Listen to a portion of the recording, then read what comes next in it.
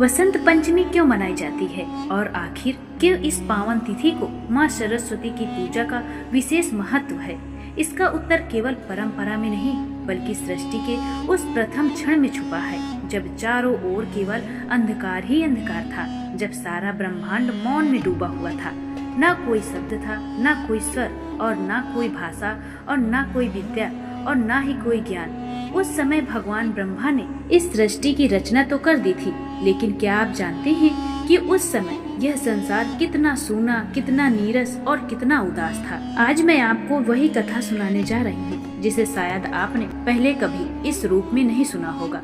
यह कथा है माँ सरस्वती के दिव्य अवतरण की। यह कथा है वसंत पंचमी के वास्तविक महत्व की। यह कथा है उस शुभ दिन की जब इस धरती पर पहली बार ज्ञान का प्रकाश फैला था। नमस्कार प्रिय दर्शकों, एक बार फिर मैं अर्चना सिंह आपका स्वागत करती हूँ आपके अपने चैनल त्योहार और धर्म में। मित्रों, आज हम एक नई कथा और एक नया भाव लेकर आपके सामने उपस्थित हुए हैं। आज की कथा केवल धार्मिक नहीं बल्कि अत्यंत ज्ञानवर्धक और प्रेरणादायक है। कथा आरंभ करने से पूर्व आपसे एक विनम्र निवेदन है।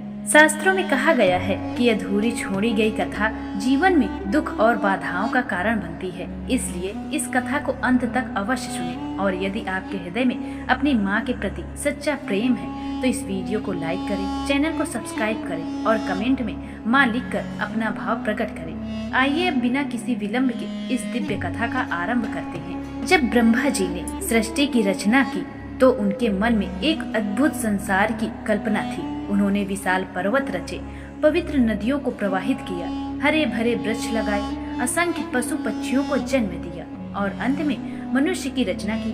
परंतु जब उन्होंने अपनी सृष्टि को ध्यान से देखा तो उनका हृदय भारी हो गया।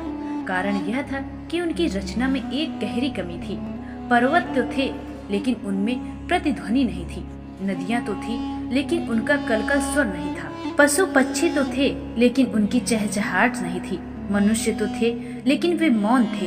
वे बोल नहीं सकते थे, सुन नहीं सकते थे, समझ नहीं सकते थे। ना कोई भाषा थी, ना कोई संगीत, ना कोई कला, ना कोई विद्या। सब कुछ होते हुए भी संसार बेजान प्रतीत हो रहा था। ब्रह्मा जी ने देखा कि मनुष्य इधर उधर भटक रहे हैं। वे अपने मन की बात किसी से कह नहीं पा रहे थे। उनकी भावनाएं उनके भीतर ही दब कर रह जा रही थी। एक माँ अपने शिशु को स्नेह देना चाहती थी लेकिन शब्द नहीं थे। एक पिता अपने पुत्र को आशीर्वाद देना चाहता था लेकिन वाणी नहीं थी। एक प्रेमी अपने प्रेम को प्रकट करना चाहता था लेकिन भाषा नहीं थी।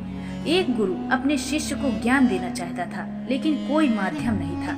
यह दृश्य देखकर ब्रह्मा जी का हृदय पीड़ा से भर उठा। उन्होंने स्वयं से कहा, मैंने कैसी सृष्टि रच दी।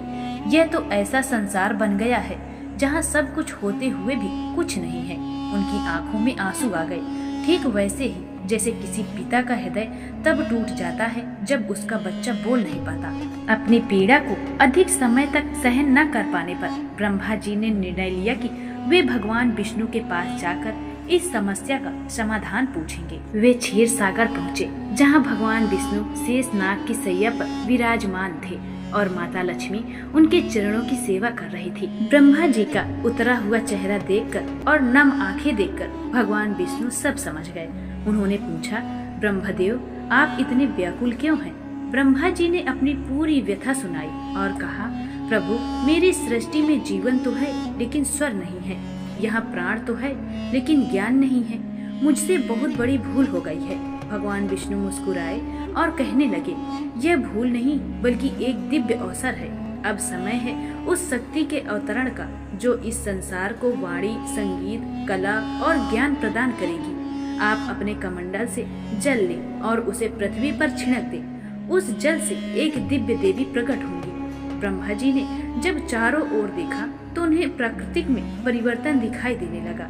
कड़ाके की ठंड और धीरे धीरे विदा ले रही थी। पेड़ों पर नई कोपले फूट रही थी, फूल खिलने लगे थे, हवा में मधुर सुगंध घुल रही थी। पूरा वातावरण आनंद से भर गया था। यह वसंत ऋतु का आगमन था। ब्रह्मा जी ने समझ लिया कि यही सबसे शुभ समय है।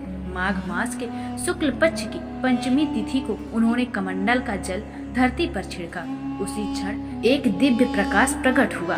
वह प्रकाश इतना तेजस्वी था कि देवताओं को भी अपनी आंखें मूंदनी पड़ी। धीरे धीरे उस प्रकाश से एक अलौकिक देवी का प्रागट्य हुआ। वे श्वेत वस्त्र धारण किए थी, 4 भुजाओं में वीणा, पुस्तक, माला और कमल सुशोभित थे। उनके संग हंस विराजमान था। वे माँ सरस्वती थी, वाणी की अधिष्ठात्री, विद्या की देवी। जैसे ही माँ सरस्वती ने वीणा की तार छेड़ी, सृष्टि में पहला स्वर गूंज उठा। पर्वतों ने प्रतिध्वनि सीखी, नदियों ने कलकल करना सीखा, पक्षियों ने चहचहाना सीखा, वायु ने सरसराना सीखा। फिर देवी के मुख से निकला पहला शब्द ओम। उसी एक शब्द में सभी भाषाओं, वेद और ज्ञान का जन्म हुआ। मनुष्य ने पहली बार बोलना सीखा, संसार जीवंत हो उठा। ब्रह्मा जी की आंखों में आनंद के आंसू छलक आए। इसके बाद माँ सरस्वती ने यह संदेश दिया कि ज्ञान केवल विनम्र हृदय में ही नहीं निवास करता, अहंकार ज्ञान को नष्ट कर देता है। यही कारण है कि रावण जैसा विद्वान भी अपने घमंड के कारण विनाश को प्राप्त हुआ। वसंत पंचमी इसलिए भी महत्वपूर्ण है क्योंकि यह नव जीवन, प्रेम और परिवर्तन का प्रतीक है। मान्यता है कि इसी दिन राधा कृष्ण का प्रथम मिलन हुआ था। माँ सरस्वती के प्रत्येक प्रतीक में जीवन का गहरा संदेश छिपा है। श्वेत वस्त्र शुद्धता का, वीणा सामंजस्य का, पुस्तक ज्ञान संरक्षण का, माला एकाग्रता का, कमल निर्लिप्तता का और हंस विवेक का प्रतीक है। 4 भुजाएं दर्शाती हैं कि ज्ञान सर्वत्र फैलता है। तो आइए इस बसंत पंचमी हम सब मिलकर माँ सरस्वती से प्रार्थना करें कि वे हमें ज्ञान के साथ साथ विनम्रता, विवेक, करुणा और प्रेम भी प्रदान करें, क्योंकि ज्ञान तभी सार्थक है जब वह मानवता से जुड़ा हो। ओम ऐं सरस्वतये नमः। जय माँ शारदे, जय माँ सरस्वती।